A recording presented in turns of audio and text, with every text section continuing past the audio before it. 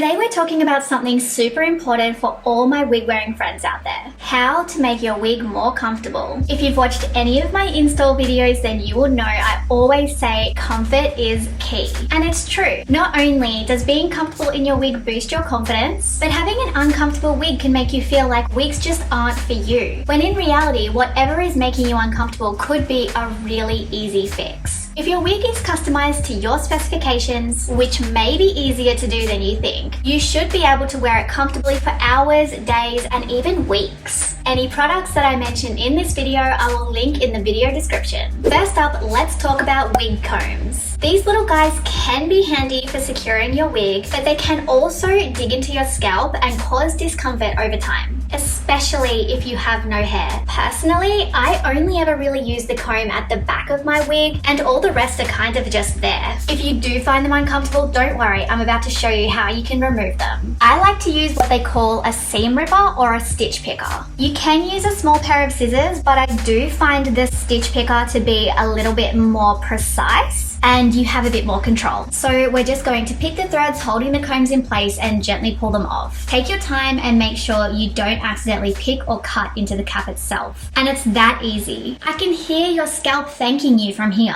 Next, let's tackle the lace over your ears. If you know, you know. This is a very common problem and personally one that I have. If the lace is sitting over your ears, then it's time for a trim. Even if it's not annoying you at first, after a few hours, you are going to deeply regret your decision to skip this step. First, we're going to locate the ear tabs. Some people like to cut these sections while their wig is on, but I'm not that confident, so I take it off to do this step. I like to trim little by little because you definitely don't want to cut too much off. This may mean cutting it, trying it on, cutting a little more, trying it on, and just repeating that step until you're happy. This simple adjustment is a must for me and could make a huge difference in comfort for you. I have an in-depth video on how to cut the lace on your wig and around your ears, and I will link it up here in the cards and also down in the video description. If you've installed your wig and you're experiencing irritation or sensitivity around your hairline, it's always smart to do a patch test, especially when you're using a product for the first time. This way you can figure out if the brand of glue you're about to use is going to irritate you. Some brands, such as My Sticky Little Secret and Bold Hold, have an amazing skin protectant that actually creates a barrier between your skin and the glue. So if you're a sensitive skin girly like me, I strongly recommend using a product like this. Remove your wig more often. This prevents glue, skin, oil, and dirt buildup and gives your skin a chance to breathe. I recommend removing, cleaning, and reinstalling your wig every 3 to 4 weeks, or even less if you have sensitive skin. Your skin's health is super important, so don't ignore any signs of irritation. If you found this video helpful so far, please give it a like and feel free to subscribe if you want to see more videos like this. Dealing with an itchy wig can drive you crazy, but there are a few ways to fix it. If you're used to wearing a synthetic wig, try a human hair wig instead. I know human hair wigs tend to be more expensive, but in my opinion, it is so worth it. Synthetic hair can easily get matted and tangled, especially at the nape of your neck, and that can be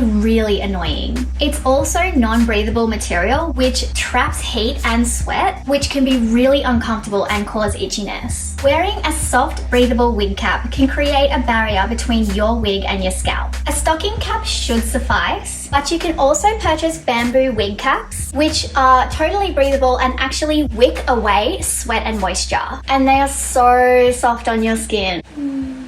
If your wig is not secure, it can move around, and even if that movement is slight, that can irritate and itch you. It may just mean that your wig needs to be tightened using these adjustable straps. However, if this doesn't solve the problem, I always recommend familiarizing yourself with at least one technique to secure your wig. Whether you use something temporary like gel or spray, or using something more permanent like glue, learning how to do this is such a helpful skill. You may think securing your itchy wig is going to make it even more itchy, but it could be the complete opposite. If you're interested in learning some super quick and easy ways to install your wig, I will leave that playlist in the video description for you, and honestly, this could be a game changer for you. Lastly, and I know it sounds obvious, but if you're still itchy, your hair or your wig may just need a wash and a refresh. Oh, I'm getting itchy just talking about this stuff. Let's move on. Staying cool under my wig is a personal matter for me. Now that I'm closer to 40 than 30, already, my body has a really hard time regulating temperature. But let's face it, even if you're not an old lady like me, wigs can get hot, especially in warmer weather. Here's how I stay cool. Choose a low density.